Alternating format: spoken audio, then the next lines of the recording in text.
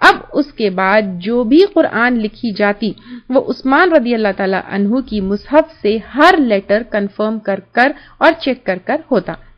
اب الحمدللہ قرآن کی ٹیکسٹ، قرآن کی قرات، قرآن کی ریسیٹیشن سب اللہ تعالیٰ کے اذن سے ہمیشہ ہمیشہ کے لیے محفوظ ہو گئی۔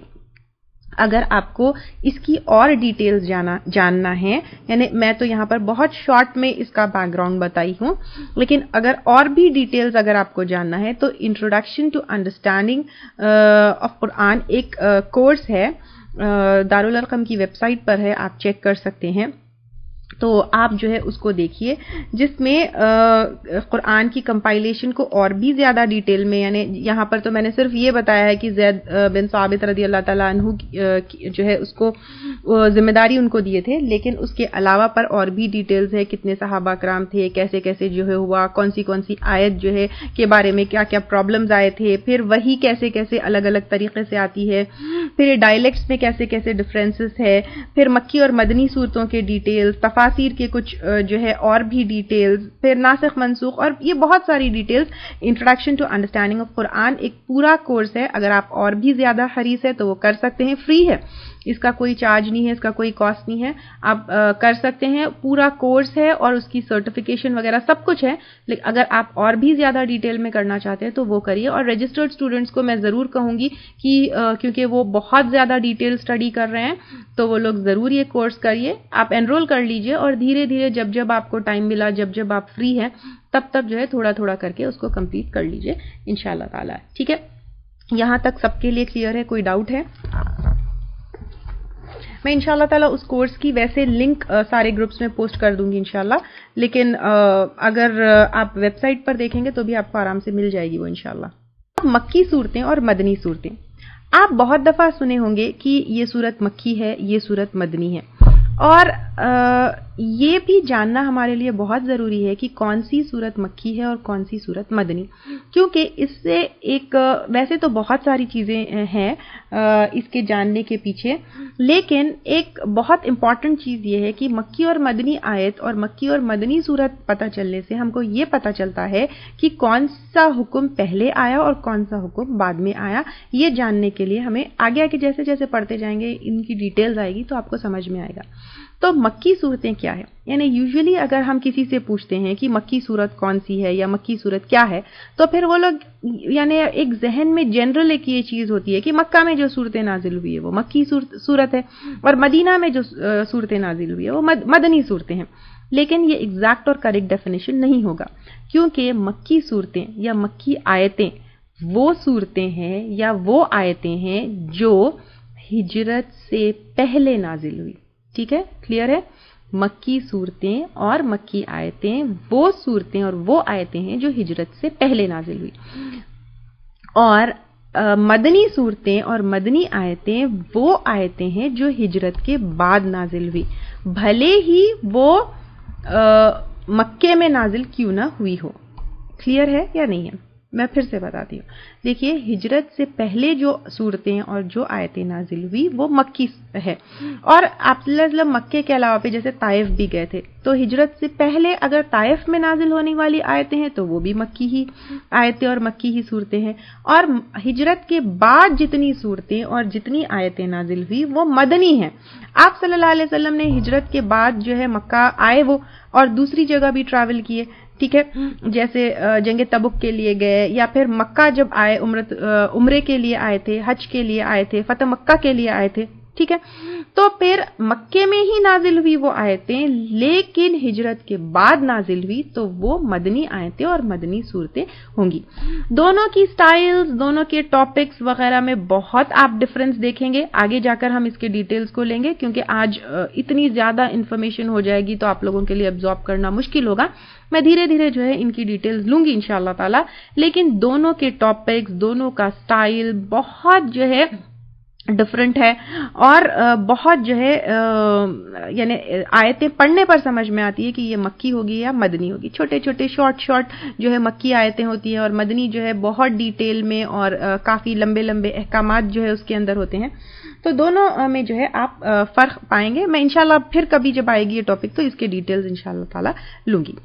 اب رہی بات ترتیب نزولی اور ترتیب مصحف، یہ دو ٹرمز ہے جو آپ اس کو سمجھیے. ٹھیک ہے، ابھی تک ہم نے یہ جو ہے سمجھ لیا کہ قرآن جو ہے دھیرے دھیرے نازل ہوئی، 23 ایئرز میں نازل ہوئی. آپ صلی اللہ علیہ وسلم صحابہ اکرام کو جو ہے سکھاتے. اب جیسے ہم پہلے بھی لے چکے پہلے سیشن میں کہ پہلی سورت نازل ہوئی وہ کون سی تھی؟ پہلی سورت کون سی نازل ہوئی؟ پہلی سورت یا پہلی آیتیں کون سی نازل ہوئی؟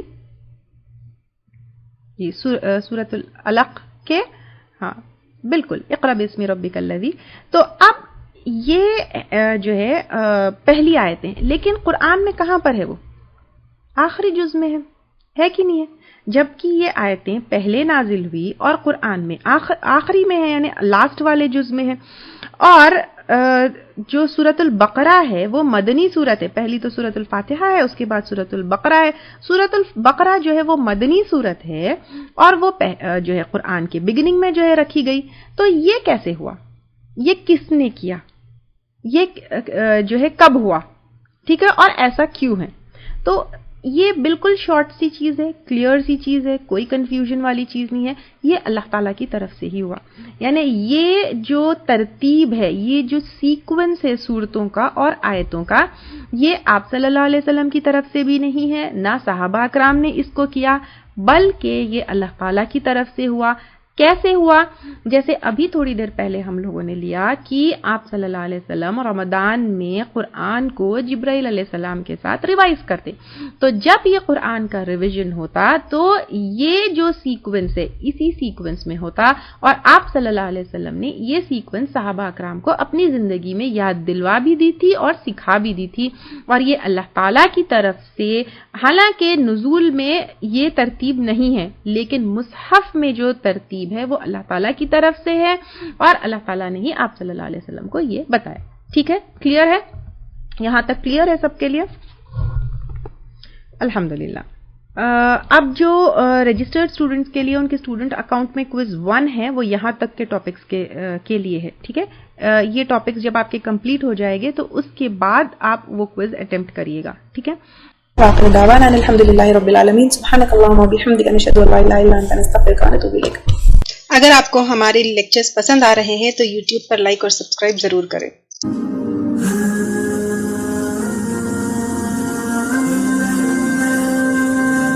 اللہ ربی والاسلام دینی ومحمدا رسول اللہ ویقینی أدنو إليه ساجدا بجبيني اقبل صلاتي وللصواب اهديني يا ربي يا من هو مرشدي أيقنت أن إليك مرادي وموعدي فعشقت كل حروف كتابك مهتدي ومقتدي بنبي